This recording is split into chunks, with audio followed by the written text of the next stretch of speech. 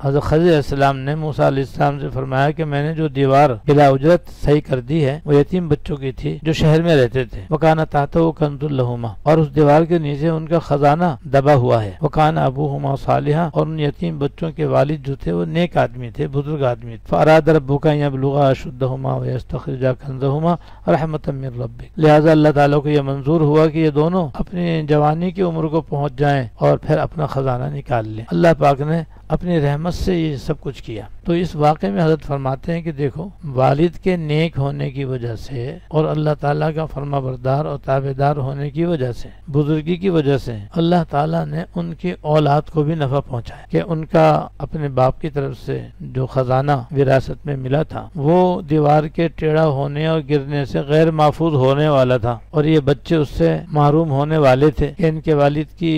بزرگی اور نیکی کام آ گئی، اور اللہ تعالیٰ نے ان کی نیکی کی وجہ سے اپنی رحمت کے بدولت دوبارہ اس کو محفوظ کر۔ لہذا حضرت یہ بتلانا چاہتے ہیں کہ ماں باپ کو نیک ہی بننا چاہیے اور زیادہ سے زیادہ نیک کاموں میں لگنا چاہیے تاکہ اس کی نیکی کا ان کو بھی فائدہ ہو، ساتھ ساتھ اس کا فائدہ ان کی اولاد کو بھی پہنچے۔ حضرت فرماتے ہیں آج کل معاملہ کچھ دوسرا ہوتا ہے کہ عام طور پر عام ماں باپ اپنے اور اپنی اولاد کے نیک ہونے کا تو اہتمام کرتے نہیں ہیں، بس خود بھی جہاں تک ہو سکتا ہے بس زیادہ تر مال و دولت کمانے کی فکر میں رہتے ہیں، اور اس میں ان کو اپنی اولاد کی فکر بھی شامل ہوتی، اس لیے وہ زیادہ سے زیادہ روپیہ پیسہ، دکان، زمین، مکان، پلاٹ، فلیٹ اور مال و دولت اکٹھا کرتے ہیں تاکہ ہماری بات ہماری اولاد کے کام آئے، اور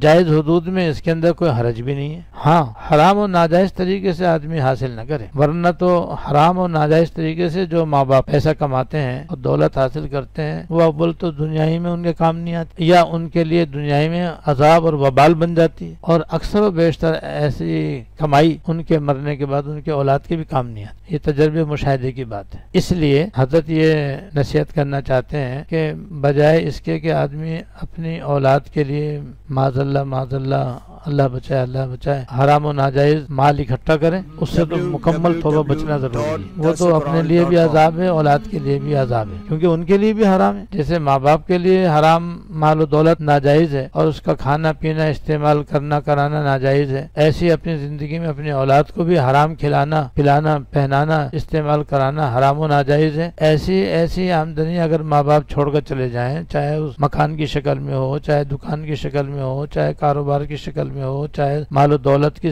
شکل میں ہو، وہ اولاد کے لیے بھی حرام ہے، اس کے لیے بھی جائز نہیں ہے۔ اور عام طور پر دیکھا ہے کہ مال حرام جو ہے وہ اس میں کوئی برکت نہیں ہوتی بلکہ نحوست ہوتی ہے۔ نحوست کا اثر یہ ہوتا ہے کہ جیسے ان کے ماں باپ کے جیسے جن ماں باپ نے یہ حرام دولت جمع کی ہے ان کے لیے وہ وبال جان بنتی ہے، ایسے ان کی اولاد کے بھی کام نہیں آتی۔ اسی طریقے سے حلال اور جائز مال و دولت بے شک کمانا جائز ہے اور جمع کرنا بھی جائز ہے اور اپنی اولاد کے لیے چھوڑ کر جانا بھی جائز ہے، مگر اس کی اتنی زیادہ فکر نہیں کرنی چاہیے۔ بس اعتدال کے ساتھ آدمی کماتا رہے اور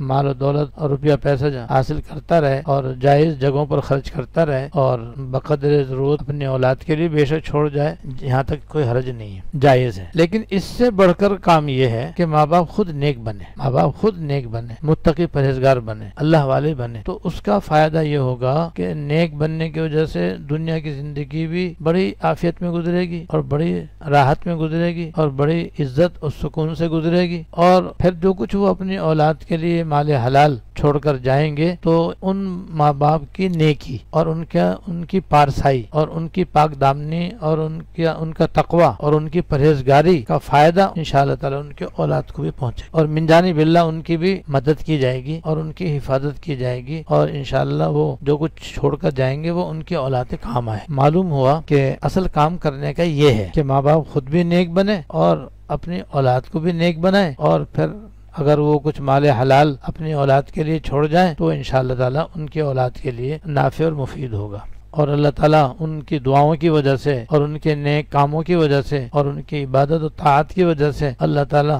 جس طرح ان کو آفات سے، بلیات سے، مصائب سے، پریشانیوں سے محفوظ رکھیں گے، ان کی اولاد کو بھی ان کی زندگی میں بھی اور انشاءاللہ ان کے مرنے کے بعد بھی محفوظ رکھے۔ خلاصہ یہ ہے کہ ماں باپ اگر نیک ہوں گے اور اللہ تعالیٰ کے فرما بردار ہوں گے اور تابع دار ہوں گے تو اللہ تعالیٰ ان کی اس نیکی کی وجہ سے ان کی اولاد کی بھی حفاظت فرمائیں گے اور اللہ تعالیٰ ان کی اولاد کو بھی آفات و بلیات سے محفوظ رکھے۔ تو معلوم ہوا کہ نیک بننا اور نیک کاموں کا اہتمام کرنا اور گناہوں سے بچنا نہایت ہی مفید کام ہے۔ جب نہایت مفید کام ہے تو بس اس کی طرف توجہ دینی چاہیے، جس کی طرف بہت کم ماں باپ کو توجہ ہوتی ہے۔ اللہ تعالیٰ ہم سب کو اس کی توفیق عطا فرمائے۔ واخر دعوانا ان الحمدللہ رب العالمین۔